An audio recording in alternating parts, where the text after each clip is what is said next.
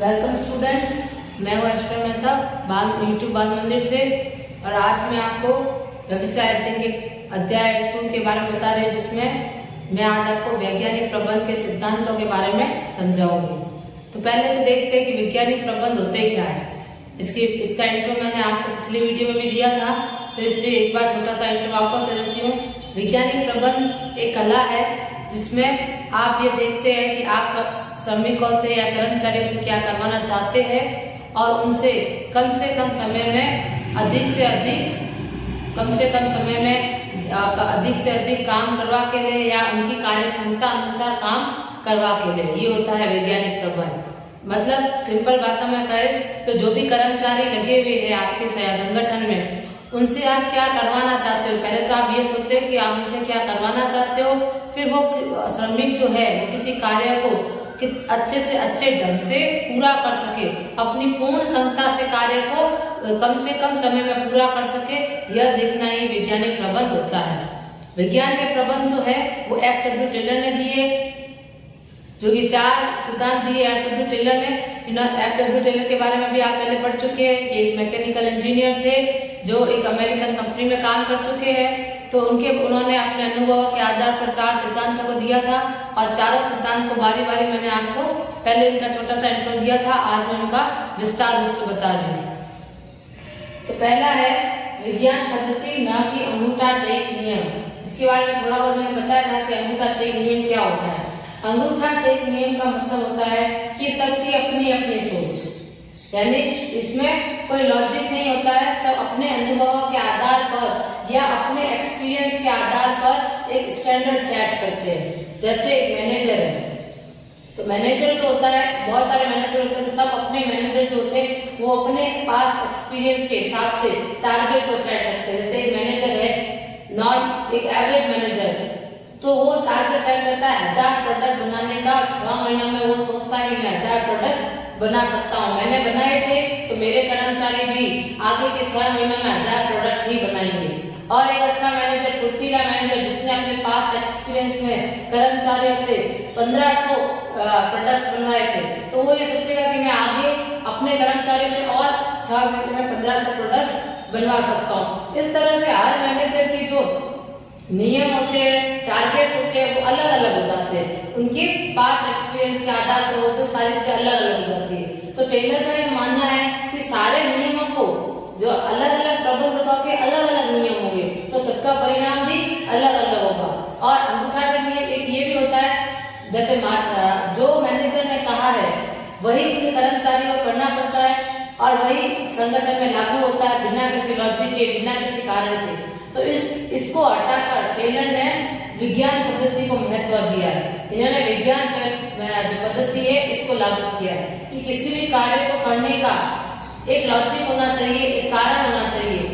किसी भी कार्य को करने से पहले उस कार्य का पहले पूरा अध्ययन कर लिया जाए कि वो कार्य क्या है, कितने समय में हम कर सकते हैं, एक एवरेज इंसान कितने समय में कर पाएगा, इसका पूरा एक अध्ययन कर ले। आप बहुत सारे वैज्ञानिक पद्धति की तकनीक होती है, जैसे समय अध्ययन है, कार्य अध्ययन है, इस तरह से 3-4 और ऐसी तकनीक होती है जिसके आधार पर उस कार्य का पूरा अध्ययन किया जाता है और ये देखा जाता है कि एक एवरेज इंसान इस कार्य को कितनी देर में पूरा कर सकता है और कितना समय बचाया जा सकता है। तो इस तरह से अलग अलग तकनीकों का प्रयोग करते हुए वो जो टेलर ने ये देखा कि कार्य कितनी कुशलता पूर्वक पूरा हो पाएगा। और ये जो तरीका है यह हर मैनेजर से मैनेजर या प्रबंधक से प्रबंधक बदलेगा नहीं, ये स्टैंडर्ड टाइम होता है। जैसे किसी एक चीज को बनाने का, जैसे एक फ्रिज को बनाने के लिए 2 दिन लगते हैं, तो यह स्टैंडर्ड टाइम हो जाएगा। फिर हर कर्मचारी एक फ्रिज बनाने का 2 दिन लेगा, तो ये एक स्टैंडर्ड टाइम है जो हर जगह सेम रहेगा। एक स्टैंडर्ड टाइम जो होता है वो हर जगह ही सेम रहेगा, वो बदलेगा नहीं समय से समय। तो एक एवरेज इंसान को ये कोशिश करनी होगी, फिर सारे कर्मचारियों को स्टैंडर्ड टाइम दिया जाएगा तो वो ये कोशिश करेंगे कि वो इस टाइम के हिसाब से कार्य करें। जैसे मैं आपको एक एग्जांपल लेके बताती हूँ। जैसे एक कर्मचारियों को टारगेट दिया गया है कि उनको 2 दिन में 500 बिस्किट के पैकेट्स बनाने हैं। पहले से टारगेट सेट कर चुके हैं, उसमें जो वहाँ के बड़े प्रबंधकों ने अध्ययन कर लिया गया है, वो 2 दिन में 500 500 पैकेट बना पाएंगे और कितने समय में बना पाएंगे, इस पूरी चीज का अध्ययन कर लिया गया है। तो अब कर्मचारी को जब उनको टारगेट दिया जाएगा तो कर्मचारी भी उस टारगेट को पूरा करने के लिए अधिक से अधिक मेहनत करेंगे। तो ये स्टैंडर्ड टाइम सभी कर्मचारी के लिए होगा। मतलब अगर 10 कर्मचारी लगे हुए तो 10 के लिए 500 प्रोडक्ट बनाना, तो दूसरे 10 कर्मचारियों के लिए भी 500 ही बिस्किट के पैकेट बनाना टाइम होगा। न कि पहले वाले 10 के लिए होगा कि 500 बनाए, दूसरे वाले 10 कर्मचारियों के लिए होगा कि 250 ही बनाए, तीसरे का 10 कर्मचारियों का जो ग्रुप होगा उसको सिर्फ 400 बनाने के लिए कहेंगे। तो ऐसे अलग अलग नहीं होगा, हर 10 कर्मचारियों पर सेम ही नियम लगेगा। तो इसमें ये होता है कि हमेशा टाइम एक स्टैंडर्ड टाइम दिया जाता है जो हर ग्रुप पर सेम ही लागू होता है। तो इसे कहते हैं विज्ञान पद्धति। अब मैं एक बार इसमें लिखा हुआ पढ़ लेती हूँ।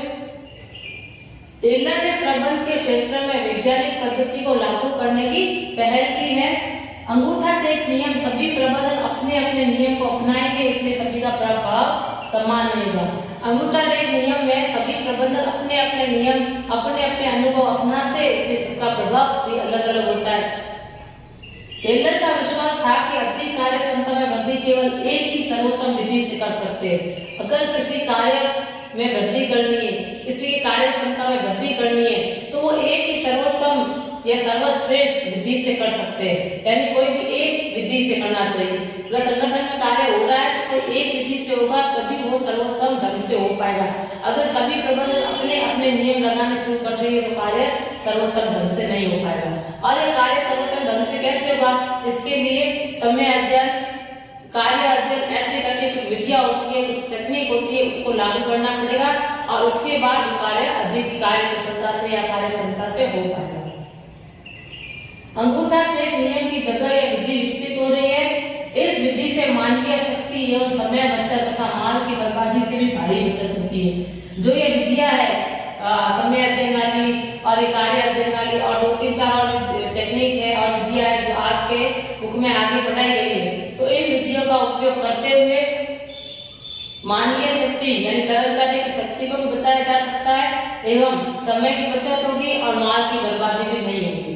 किसी कार्य को करने का एक सही तरीका अगर पता चल जाए तो उस कार्य को करते समय माल की बर्बादी नहीं होगी और समय की भी बचत होगी। तो कार्य का अगर हम पहले से ही अध्ययन करके रखेंगे तभी हमें पता चलेगा कि कार्य को करना कैसे। तो कर्मचारियों को उस हिसाब से अगर समझाया जाए कि कार्य को कैसे करेंगे कि माल की बचत हो, माल की बर्बादी बिल्कुल ना हो, समय की किस तरह से बचत हो, तो ये सब हम कर्मचारियों को समझा पाएंगे जब कार्य की पहले से कार्य का अध्ययन किया जाए, कार्य को परखा जाए, कार्य को कितने समय में किया जाए, इस सब की अध्ययन पहले से करेंगे तो ही ये एक प्रबंधक को पता चल पाएगा। तो इस तरह से ये विज्ञान पद्धति में ही कार्य किया जा सकता है। क्योंकि अंगूठा टेक नियम में तो इस तरह का अध्ययन होता ही नहीं है। अंगूठा टेक नियम में तो प्रबंधक अपने अनुभवों के आधार पर ही टारगेट सेट कर देते हैं, स्टैंडर्ड टाइम सेट कर देते हैं कि इस समय को, इस काम को इतने समय में कर लेना। वो अपने अनुभवों के आधार पर बता देते हैं बिना किसी लॉजिक के। जितनी अधिक व्यवस्थित प्रक्रिया होगी उतनी ही अधिक बचत होगी। अब व्यवस्था जितनी अच्छी होगी बचत उतनी ही ज्यादा होगी। यानी काम करने का तरीका जितना अच्छा होगा, टारगेट जितने सही रखे जाएंगे तो कार्य करने की या समय की बचत उतनी ही ज्यादा होगी।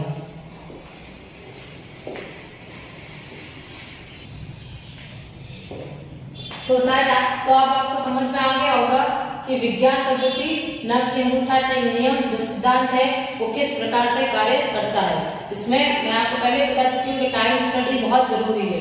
टाइम स्टडी के आधार पर और वर्क स्टडी के आधार पर ही इस पद्धति को आगे बढ़ाया जा सकता है और कार्य में अधिक कुशलता पूर्वक किया जा सकता है और समय की भी इससे बचत हो जाएगी। तो ये है पहला सिद्धांत। अब मैं आपको दूसरा सिद्धांत बताती हूँ।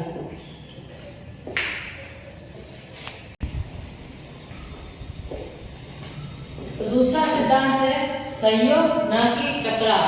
इसके बारे में मैंने आपको थोड़ा सा पहले बताया था कि जो कर्मचारी एक संगठन में काम करते हैं और जो प्रबंधक है जो एक संगठन का प्रबंध करते हैं, उन दोनों के बीच में काफी टकराव होता है। तो टेलर का यह मानना है कि दोनों ग्रुप्स को आपस में एक दूसरे का सहयोग करते हुए काम करना चाहिए। यानी दोनों को एक दूसरे से झगड़ा नहीं करना चाहिए, एक दूसरे का सहयोग करते हुए काम करना चाहिए। इस सिद्धांत का तात्पर्य है कि जो लोग संगठन में काम करते हैं उन्हें सहयोग से काम करना चाहिए, मिलजुल कर एवं से कार्य करना चाहिए। मतलब संगठन में कर्मचारी का एक ग्रुप होता है, कर्मचारी का एक प्रबंधक का ग्रुप होता है। दोनों ग्रुपों का जो आपस में हमेशा ही टकराव होता रहता है। कर्मचारी ये सोचते हैं कि उन्हें कम वेतन दिया जाता है और अधिक कार्य करवाया जाता है, जबकि प्रबंधक इसका उल्टा सोचते हैं, ये कर्मचारियों से हम कम काम करवाते हैं और ज्यादा वेतन देते हैं। वो ये सोचते हैं कि प्रबंधक ये हमेशा सोचते हैं कि प्रबंधक ज्यादा कार्य करते हैं, जैसे प्लानिंग है, कंट्रोलिंग है, डायरेक्टिंग, मेन जो बड़े प्लानिंग वगैरह के कार्य तो वो करते हैं, तो उन्हें लगता है जैसे कर्मचारी बहुत कम कार्य करते हैं, जबकि कर्मचारी फाइनल काम तो कर्मचारी करते हैं, चीजों को बनाने का कार्य वगैरह ये सारे कर्मचारी करते हैं, लेकिन दोनों ग्रुप आपस में हमेशा टकराते रहते हैं। हर संगठन में दो ग्रुप होते हैं, एक कर्मचारी का, एक प्रबंधकों का, दोनों एक दूसरे के विपरीत होते हैं। कर्मचारी महसूस करते हैं कि उन्हें कम वेतन दिया जाता है एवं ज्यादा काम करवाया जाता है, जबकि प्रबंधक कर्मचारी के बारे में इसका बिल्कुल विपरीत सोचते हैं। तो ये मैंने आपको बताया कि जो प्रबंधक है वो ये सोचते हैं कि कर्मचारियों को हम सैलरी ज्यादा देते हैं और काम कम करवाते हैं, जबकि कर्मचारी ये सोचते हैं कि वो ज्यादा काम करते हैं और वेतन उन्हें कम मिलता है। लेकिन टेलर का यह मानना है कि दोनों को आपसी समझ और मिलजुल कर कार्य करना चाहिए, एक दूसरे के बीच में अंडरस्टैंडिंग होनी चाहिए कि वो एक दूसरे का सहयोग करें। टेलर का मानना है कि दोनों ग्रुप का अपना व्यवहार एक दूसरे की तरफ बदलना होगा। टेलर का यह मानना है कि दोनों ग्रुप्स को अपनी एक दूसरे की तरफ जो व्यवहार है, जो एटीट्यूड है, वो बदलना होगा। दोनों एक दूसरे की तरफ सकारात्मकता की तरफ देखे, यानी एक दूसरे को पॉजिटिव वे में देखे, ना कि नेगेटिव वे में। एक दूसरे का सहयोग करते हुए देखे, एक दूसरे की तारीफ करे, अपना व्यवहार एक दूसरे की तरफ बदले, एक दूसरे का सहयोग करे, एक दूसरे की जरूरतों को समझे। अगर दोनों ही ग्रुप एक से कंधा से कंधा मिलाकर कार्य करेगा तो संगठन के लक्ष्य भी पूरे हो पाएंगे। उन्हें एक दूसरे के लिए सकारात्मक सोच रखनी होगी एवं झगड़ा को कम करना होगा। जो कर्मचारियों और प्रबंधकों को एक दूसरे की तरफ सकारात्मक सोच रखते हुए झगड़ा को कम करना होगा और एक दूसरे का सहयोग करना होगा। अब इसी में यही सहयोग न कि टकराव जो सिद्धांत है, इसमें यही कहा गया है कि जो भी कर्मचारी, जो भी प्रबंधक एक संगठन में कार्य करते हैं, उन सबको मिलजुल कर और सहयोग से कार्य करना है, आपसी समझ से कार्य करना है और एक दूसरे को समझते हुए कार्य करना है। जैसे आपसी समझ और एक दूसरे को समझते हुए कार्य करना है कि प्रबंधक क्या कार्य कर रहे हैं, क्यों कार्य कर रहे हैं। प्रबंधकों को भी ये समझने की जरूरत है कि कर्मचारी का भी कार्य जो होता है वो भी मुश्किल है, उनका कार्य भी थोड़ा हार्ड होता है। तो इस तरह से एक दूसरे का सहयोग करते हुए कार्य करें ताकि झगड़े कम से कम हो। अब जैसे कर्मचारी चाहते हैं कि उन्हें, फॉर एग्जाम्पल जिसमें आपको बताते हैं, कर्मचारी चाहते हैं कि उन्हें अधिक से अधिक वेतन मिले और प्रबंधकों के पास कुछ टारगेट सेट किए होते प्रोडक्शन के कि इतना टारगेट है, जैसे 1000 प्रोडक्ट से या 2000 प्रोडक्ट से इतने बनाने में टारगेट सेट किए होते। तो प्रबंधकों का ये होता है कि वो टारगेट्स को जल्दी से जल्दी पूरा करें और कर्मचारी का ये मोटिव होता है कि उन्हें ज्यादा वेतन मिले। तो यह है तो दोनों एक ही दिशा में, बस दोनों को समझने की जरूरत है। अगर जो कर्मचारी है वो ज्यादा वेतन पाना चाहते हैं तो वो ज्यादा प्रोडक्शन करे, ज्यादा चीजें बनाए, तो अपने आप ही उन्हें ज्यादा वेतन मिल जाएगी। और प्रबंधक है, उन्हें यह समझने की जरूरत है कि अगर कर्मचारी को ज्यादा वेतन देंगे तो बहुत जल्दी स्पीड में अच्छे से काम करेंगे और ज्यादा काम करेंगे, तो इस तरह से उनके भी टारगेट्स पूरे हो जाएंगे। तो अगर दोनों अपने गोल्स को या अपने मोटिव्स को मिला लिया, एक ही दिशा में चलाए, तो दोनों के लक्ष्य पूरे हो जाएंगे और इससे उनके बीच में झगड़ा भी नहीं होगा। तो इसलिए टेलर का यही मानना है कि दोनों को एक दूसरे के साथ संयोग से कार्य करना चाहिए, एक दूसरे से झगड़े नहीं करने चाहिए या टकराव नहीं, उन दोनों के बीच में टकराव नहीं होना चाहिए। टकराव न हो इसके लिए प्रबंधकों को कोशिश करनी चाहिए कि उनके लक्ष्य और कर्मचारी के लक्ष्य एक ही दिशा की ओर जाए ताकि दोनों में सहयोग बना रहे। तो यही है दूसरा सिद्धांत कि किसी भी संगठन में लक्ष्य की प्राप्ति के लिए और संगठन की शांति बनाए रखने के लिए लोगों में सहयोग की भावना पनपे ताकि उनमें टकराव हो ही न और संगठन के लक्ष्य की प्राप्ति आसानी से हो जाए।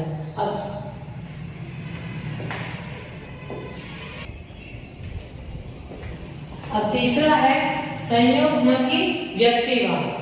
तो यह संयोग न कि टकराव का ही विस्तार रूप है। जैसा संयोग न कि टकराव में बताया कि सबको मिलजुल कर कार्य करना चाहिए, ये भी उसी का विस्तार रूप है। यह सिद्धांत संयोग न कि टकराव का विस्तार रूप है। इस सिद्धांत से क्या तात्पर्य है? इस सिद्धांत से तात्पर्य है कि काम को करते समय एक दूसरे का सहयोग करना चाहिए, जो कि मैंने पहले बता दिया है। काम आपसी समझ एवं भरोसे से काम एक तो आपसी समझ से करना चाहिए एवं एक दूसरे पे भरोसा और विश्वास रखना चाहिए। प्रबंधकों को कर्मचारियों को भरोसा रखना चाहिए कि वो कार्य को पूरा कर लेंगे और श्रमिकों को या कर्मचारियों को अपने प्रबंधकों को भरोसा रखना चाहिए कि कार्य पूरा होने पर उन्हें पुरस्कृत किया जाएगा या उनका वेतन सही समय पर दिया जाएगा या इन्हें सम्मानित किया जाएगा। इस तरह से कर्मचारी और प्रबंधकों को समझना चाहिए कि दोनों एक दूसरे की आवश्यकता है। दोनों ग्रुप्स को आपस में समझने की आवश्यकता है। दोनों को ये समझना चाहिए कि दोनों की एक दूसरे की आवश्यकता है। अगर एक संगठन में मान लो कर्मचारी नहीं है तो भी संगठन नहीं चल सकता, और मान लो वहाँ पे प्रबंधक नहीं है तो भी संगठन नहीं चल सकता। दोनों जब एक साथ जुड़ते हैं तभी एक संगठन चलता है। तो दोनों को एक दूसरे की आवश्यकता है, ये चीज दोनों को समझने की जरूरत है। कर्मचारी की ओर से कोई रचनात्मक सुझाव आता है यानी क्रिएटिव सुझाव, क्रिएटिव आइडिया, तो उस पर ध्यान देना चाहिए, उस पर प्रबंधकों को ध्यान देना चाहिए एवं सुझाव से लागत में पर्याप्त कमी आती है तो उन्हें पुरस्कार देना चाहिए। अब प्रबंधक जब भी कोई नए नए आइडियाज खोजते हैं तो उन्हें अपने कर्मचारियों से भी सुझाव लेने चाहिए। अगर किसी कर्मचारी के पास कोई क्रिएटिव आइडिया है, कोई अच्छा सुझाव है जिससे कि लागत में कमी हो रही है, खर्चों में कमी आ रही है, तो उन्हें पुरस्कृत भी करें उन्हें अच्छे आइडियाज के लिए। और सबसे पहले तो उनकी आइडिया सुने। ऐसा नहीं कि जैसे प्रबंधक ये सोचे कि हम पढ़े लिखे कर्मचारी को कुछ आता ही नहीं है और इस तरह की बातों से वो कर्मचारी से बिल्कुल पूछे ही नहीं, उनकी राय भी न ले, तो ऐसा नहीं करना चाहिए। अगर वो कर्मचारी से भी उनके सुझाव पूछेंगे काम को करने के तो कर्मचारी भी संगठन को अपना समझेंगे और उनका भी प्रबंधकों से अच्छा मेल मिलाप हो जाएगा और उनकी जो कर्मचारी की जो राय है अपने प्रबंधकों के प्रति वो भी बदल जाएगी। अब प्रबंध में महत्वपूर्ण निर्णय लेते समय उनकी भागीदारी भी होनी चाहिए एवं उनकी राय भी पूछनी चाहिए। इससे श्रमिकों को भी ये चाहिए कि वह हड़ताल न करे तथा प्रबंधकों से अनुचित मांग न करे। अब श्रमिकों के लिए तो ये हो गया कि श्रमिकों को भी कोई महत्वपूर्ण निर्णय जब लिया जाए संगठन में, क्योंकि आखिर काम तो श्रमिकों को ही करना है, तो जब भी कोई महत्वपूर्ण निर्णय लिया जाए तो श्रमिकों की भी उसमें भागीदारी दी जाए, श्रमिकों की भी राय पूछी जाए कि कार्य को किस तरह से करना है या आप कितने समय तक ये पूरा कर पाओगे। कोई भी निर्णय लेने से पहले उनकी भी राय मशवरा पूछ लेना चाहिए। यह प्रबंधकों का फर्ज है, प्रबंधकों की जिम्मेदारी है। इससे संगठन और अच्छे से चल पाएगा। लेकिन साथ ही साथ श्रमिकों को भी यह समझना होगा कि अगर उन्हें कोई बात पसंद नहीं आ रही है या किसी बात के लेकर टकराव है तो छोटी छोटी बातों पर हड़ताल पे न जाए, नहीं अपने प्रबंधकों से किसी अनुचित मांग करे, यानी अधिक से अधिक सैलरी बढ़ाने की मांग, जबकि सैलरी पैसे जो वेतन है वो पहले से सही है, फिर भी अनुचित मांग करे कि उनकी वेतन बढ़ाई जाए या कार्य जो भी है कार्य ज्यादा न करने के लिए हड़ताल पे चले जाए। इस तरह की जो हरकतें करने से क्या एक संगठन को नुकसान होता है। तो श्रमिकों को भी समझना होगा कि वो हड़ताल पे ना जाए, वो अपने प्रबंधकों का ध्यान दे। अगर संगठन मुसीबत में है या लाभ नहीं हो रहे अपने, अगर बोनस नहीं दे पा रहे प्रबंधक, तो उन्हें ये समझना चाहिए कि इस समय नहीं दिए तो वो अगले समय देंगे। तो इन छोटी छोटी बातों पर नाराज होकर हड़ताल पे न जाए या अनुचित मांग न करे। इसके बजाय वो अपने प्रबंधकों का साथ दे, अपने संगठन का सहयोग करे। टेलर के अनुसार श्रमिक एवं प्रबंधक के बीच कार्य एवं उत्तरदायित्व का समान विभाजन होना चाहिए। टेलर के अनुसार जो है प्रबंधक और अपने उनके श्रमिकों के बीच में जो कार्य का बंटवारा है वो समान होना चाहिए, यानी सबके पास समान काम होना चाहिए। ये नहीं कि प्रबंधक जो अपने सारे कार्य का बोझ है वो भी कर्मचारी पर डाल दे, अपना सारा कार्य भी कर्मचारी से कराए और कर्मचारी का कार्य तो कर्मचारी से करवा ही रहे तो एक खुद आराम से बैठे। तो ऐसा नहीं होना चाहिए। दोनों को अपने उत्तरदायित्व को, अपनी जिम्मेदारी को समझना होगा और दोनों अपना अपना काम करें, ताकि दोनों में अगर कार्य का विभाजन समान होगा तो दोनों एक दूसरे को कम नहीं समझेंगे, दोनों एक दूसरे को समान ही समझेंगे और संयोग के साथ काम करेंगे, एक दूसरे को कोऑपरेट करेंगे। ये वाले को ये सिद्धांत इंग्लिश में ये कहते हैं कोऑपरेशन, नॉट फॉर इंडिविजुअल। यह इसका इंग्लिश में सिद्धांत का नाम है। तो इसका मतलब ये है कि दोनों एक दूसरे का कोऑपरेट करें, दोनों एक दूसरे का सहयोग करते हुए आगे बढ़े, ना कि दोनों एक दूसरे अपने अपने बारे में सोचे, सिर्फ अपने बारे में ना सोचे, एक दूसरे के बारे में भी सोचे। तो यह सहयोग न कि व्यक्तिवाद वाले सिद्धांत में यही बात कही गई है।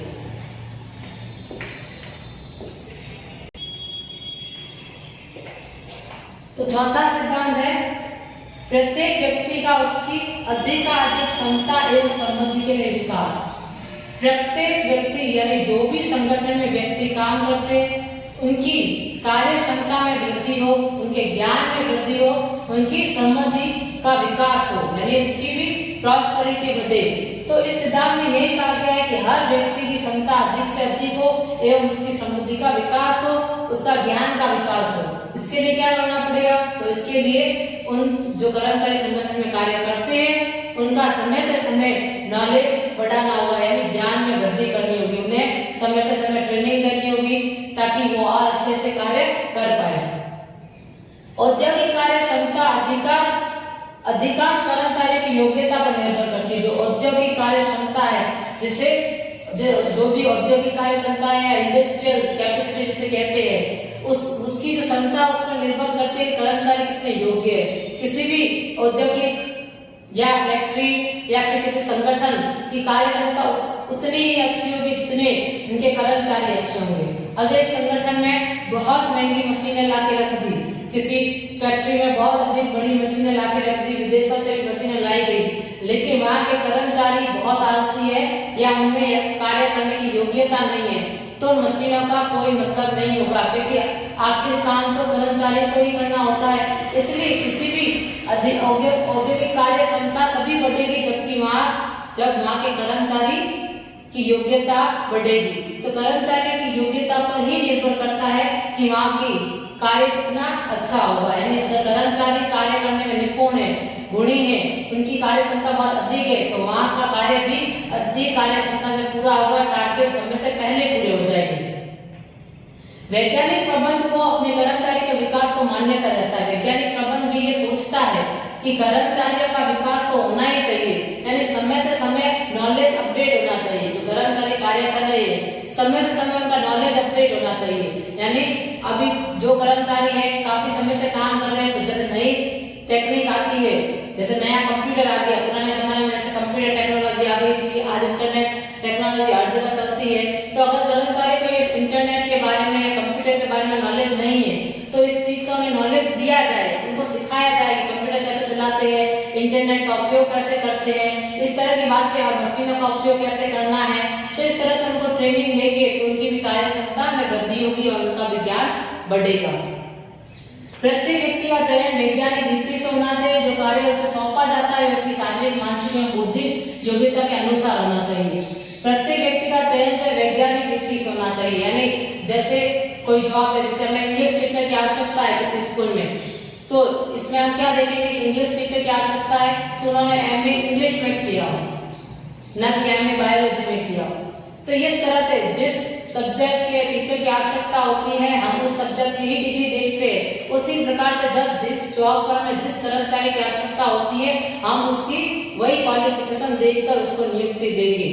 ठीक है, तो वैज्ञानिक रीति का यही मतलब है कि जब भी हम किसी कर्मचारी की नियुक्ति करते हैं तो आवश्यकता अनुसार उसकी क्वालिफिकेशन देखकर ही उसकी नियुक्ति होनी चाहिए। अगर हमें श्रमिक चाहिए, एक फैक्ट्री में श्रमिक चाहिए, तो इतनी पढ़ाई लिखाई की आवश्यकता नहीं होती श्रमिकों की, कम पढ़ाई लिखाई वाले व्यक्ति भी चूज कर सकते हैं। लेकिन हमें कंप्यूटर चलाने वाले कर्मचारी चाहिए, तब हमें क्वालिफिकेशन की जरूरत पड़ेगी, एक पढ़ा लिखा व्यक्ति की जरूरत पड़ेगी, और तब हम उस हिसाब से चयन करेंगे। तो यही वैज्ञानिक रीति होती है, उसी हिसाब से हमें व्यक्ति का चयन करना होगा। उससे जो कार्य से सौंपा जाता है उसकी शारीरिक एवं मानसिक बौद्धिक योग्यता के अनुसार होना चाहिए। कहने का ये मतलब है कि जो कार्य हम किसी कर्मचारी को सौंप रहे हैं, तो हम पहले ये देखें क्या वो उस कार्य को करने के लिए योग्य है, क्या वो उस कार्य को पूरा कर पाएगा। हम एक अनपढ़ कर्मचारी को या एक अनपढ़ श्रमिक को कंप्यूटर का कार्य करने के लिए सौंप देते हैं, जिसे कंप्यूटर चलाना भी नहीं आता है, कंप्यूटर ऑन नहीं करना आ रहा है, तो हम उसको कैसे उम्मीद करेंगे कि वो कार्य को पूरा कर पाएगा। तो किसी भी वर्कर्स को या किसी भी कर्मचारी को कार्य सौंपने से पहले हमें सोचना चाहिए क्या वो मानसिक या शारीरिक रूप से ये कार्य पूरा कर पाएगा, क्या उसमें मानसिक शारीरिक वैसे गुण है, बौद्धिक योग्यता के अनुसार वैसे गुण है कि वो कार्य पूरा कर सकता है या नहीं कर सकता। यह देखने के बाद ही हमें उसे कार्य सौंपना चाहिए। जिसमें जैसे गुण होते हैं उसको वैसे ही कार्य सौंपना चाहिए, ताकि वो कार्य अपनी गुणवत्ता अनुसार पूरा कर पाएगा। जो एक बायोलॉजी के टीचर को अगर आप कॉमर्स पढ़ाने के लिए दे दोगे तो वो नहीं पढ़ा पाएगा। अब वो इंटेलिजेंट तो बहुत है, क्योंकि वो बायोलॉजी में इंटेलिजेंट है, कॉमर्स में इंटेलिजेंट नहीं है। तो इसलिए जो जिस सब्जेक्ट का टीचर होता है, हम उसको वही सब्जेक्ट पकड़ा के पढ़ाने के लिए उसी हिसाब से संगठन में भी जो कर्मचारी जिस काम को करने में निपुण है, हमें वैसा ही कार्य उसको सौंपना चाहिए। टेलर का मानना है कि नियुक्ति के समय बाद में कर्मचारी को प्रशिक्षण देना चाहिए। अगर एक बार नियुक्ति हो गई है कर्मचारियों की, तो नियुक्ति करने के बाद उनको प्रशिक्षण देना चाहिए, ट्रेनिंग देनी चाहिए। किसी कार्य को करने के लिए सबसे पहले ट्रेनिंग की बहुत ज्यादा जरूरत होती है। उनके ज्ञान को विकसित करना चाहिए ताकि संगठन एवं कर्मचारी दोनों की क्षमता एवं सम्मति बढ़े। जो कर्मचारियों के विकास के लिए उन्हें समय से समय ट्रेनिंग दे, उनके ज्ञान का विकास करे, ताकि एक कर्मचारी का तो विकास हो ही, कर्मचारी की सम्मति बढ़े ही, कर्मचारी की तो कार्य क्षमता बढ़े ही, साथ साथ संगठन की सम्मति भी बढ़े। अगर क्योंकि कर्मचारी के ज्ञान बढ़ेगा तो ज्यादा अधिक कार्य कुशलता से काम करेगा, और ज्यादा कुशलता से कार्य वो संगठन में करेगा, तो संगठन की ऑटोमेटिकली वृद्धि हो जाएगी। तो अगर कर्मचारी का ज्ञान वृद्धि करने से, ज्ञान बढ़ाने से संगठन एवं कर्मचारी दोनों की कार्य क्षमता एवं सम्मति में वृद्धि होती है। इसलिए टेलर का यही मानना है कि कर्मचारियों का भी समय से समय विकास करते रहना चाहिए, उनके ज्ञान का विकास करना चाहिए, उनका नॉलेज अपडेट करते रहना चाहिए, उनको नई नई चीजें सिखाते रहना चाहिए, ताकि वो संगठन में इन सारे ज्ञान का उपयोग कर अधिक सम्मति कर सके या अधिक कार्य करके एक संगठन की सम्मति बढ़ा सके। तो इसलिए जो चौथा सिद्धांत था, प्रत्येक व्यक्ति का उसकी आर्थिक क्षमता या सम्मति के लिए विकास, यानी इसका यही मतलब था कि प्रत्येक व्यक्ति अपनी अधिक से अधिक क्षमता से काम करे। मतलब एक व्यक्ति में क्षमताएं तो बहुत होती है, लेकिन वो काम कम कर पाता है क्योंकि उसको खुद को अपनी क्षमता के बारे में पता नहीं होता। तो अगर हम उसको ज्ञान का विकास करेंगे, उसको ये ट्रेनिंग देंगे और उसको कार्य को समझाएंगे और उसका विकास करेंगे ज्ञान का, तो वो अधिक से अधिक कार्य कर पाएगा। इससे एक संगठन में भी सहयोग हो जाएगा। तो इसलिए चौथे नियम में ये कहा गया कि हर व्यक्ति का ज्ञान का विकास होना चाहिए ताकि वो और अच्छे ढंग से अपनी पूर्ण क्षमता से कार्य कर सके। तो ये चारों सिद्धांत मैंने बारी बारी से आपको समझा दिए, जो टेलर ने प्रतिपादित किए हैं, टेलर ने जिनका निर्माण किया है, जिसने टेलर ने बनाए हैं। तो इन चारों सिद्धांतों को आप ढंग से पढ़ लेना और ये सारा आप लोग लिख लेना। अब बाकी काम अगली वीडियो में आपको समझा देंगे।